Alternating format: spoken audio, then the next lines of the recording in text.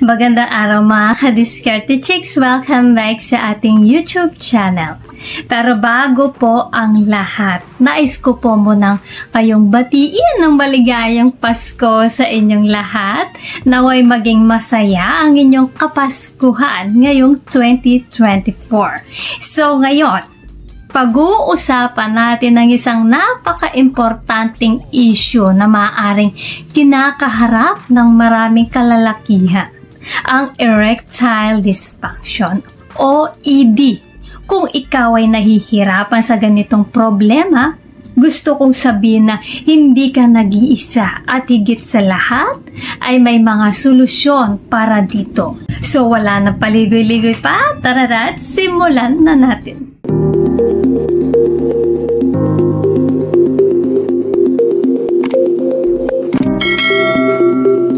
Shoutout nga po pala kina Ricky Ribey, Goliath Benson, Charlie Tequia, Oscar Dagamina, Andres Molina, Troy Escobar, Giro Digital, Edgar Briones, at kay Kanato Ini TV from Hinatuan Vlogger.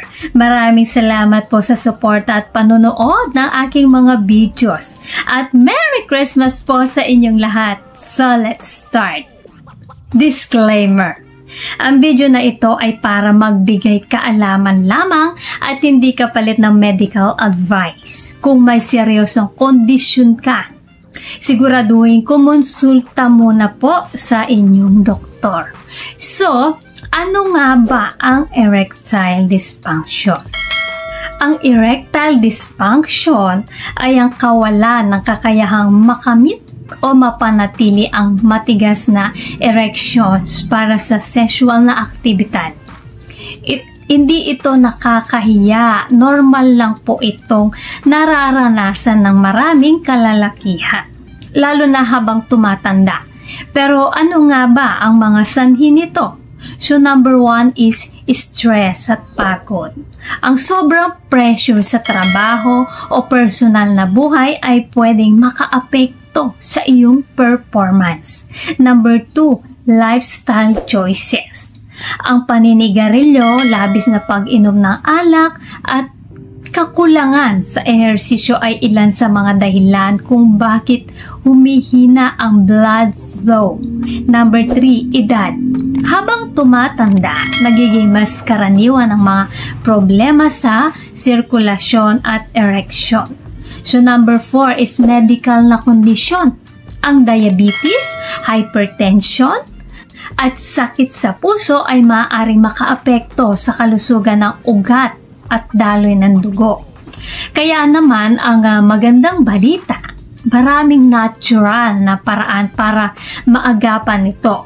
Simulan natin sa tamang pagkain. Pero bago po tayo magpatuloy, kung hindi ka pa nakakapag-subscribe, baka naman i-hit mo ng subscribe button. Now na. As in now na. So, may mga pagkain ba na makakatulong sa erectile dysfunction? Opo, meron. Ang pagkain ng tamang uri ng pagkain ay maaaring makatulong sa pagpapabuti ng blood flow at overall health. Narito ang ilang pagkain na makakabuti.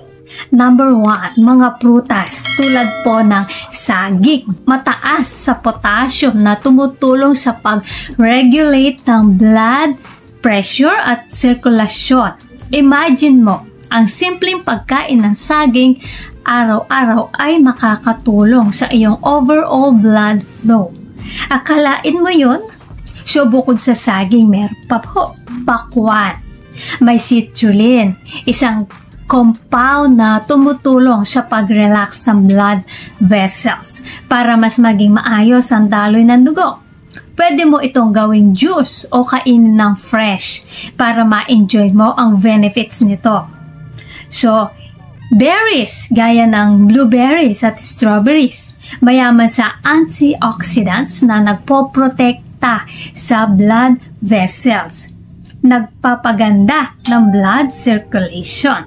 Number 2, gulay. tulad ng spinach at malalabay na gulay. May nitrates na tumutulong sa blood flow. Perfect itong isama sa salad o ulam mo, gaya po ng broccoli. Ang vitamin C at K na taglay nito ay tumutulong sa pagpapanatiling malusog ng mga ugat. So number 3, isda tulad po ng salmon, sardinas at tuna. Ang omega-3 fatty acids ay napakahalaga para sa cardiovascular health. Nakakabawas ito ng inflammation at nagpapaganda ng sirkulasyon. Number 4, nuts at seeds. Yung mga mani tulad ng almonds at walnuts, mayaman sa arginine, isang amino acid na tumutulong sa produksyon ng nitric oxide. Napaka-importante para sa erection. Number 5, dark chocolate. Ang dark chocolate ay may flavonoids na nagpo-promote ng cardiovascular health. Perfect excuse ito para mag-snack sa dark chocolate, pero tandaan, huwag sosobra. Tandaan, iwasan ng mga processed foods, sobrang alat at matatabang pagkain para maiwasan ng pagbabara ng ugat.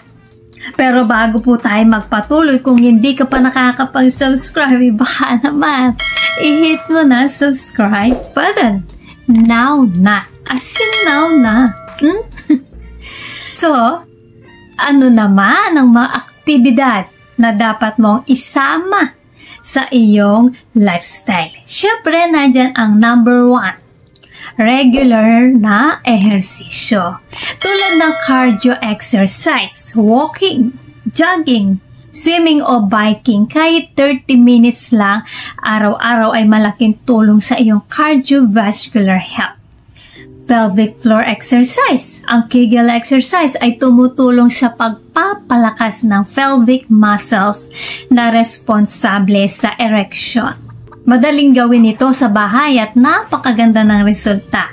Number 2, stress management.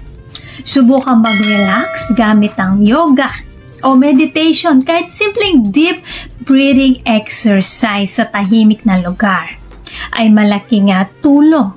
Gumawa ng mga bagay na nagbibigay saya tulad ng mga hobbies o oras kasama ang pamilya. Number 3, tamang tulog. Siguraduhin may sapat na 7 to 8 hours na tulog gabi-gabi. Kung kulang ka naman po kayo sa tulog, bababa ang testosterone levels ninyo. Number 4, umiwas sa bisyo. Guys, bawasan o iwasan ng alak. Itigil ang paninigarilyo dahil ito'y nagdudulot ng pagbabara sa mga ugat. Number 5, regular na check-up. Huwag kalimutan ang annual physical exam para ma-monitor ang inyong kalusugan. Prevention is always better than cure. Huwag mawalan ng pag-asa. Kung nakakaranas ka ng ED, tandaan, may paraan. Magkaroon ng tamang impormasyon, kumilos at maghanap ng mga solusyon, at syempre kumonsulta muna sa doktor bago magsimula ng anumang treatment. So yan mga ka-Diskarte Chicks, ang mga natural na paraan para mapabuti ang iyong male sexual performance. Sana ay may natutunan po kayo sa video natin ngayon. Huwag kalimutang mag-comment ng inyong reaksyon o karanasan sa comment section. Kung may mga tanong kayo, i-type nyo lang po at sasagutin natin yan sa susunod na video. Kung nagustuhan nyo po ang video na ito, ay huwag kalimutang mag-like, share, and subscribe para sa iba pang useful na content tulad nito. Maraming salamat sa panonood. Hanggang sa susunod na video, ingat kayo palagi. Let's spread love.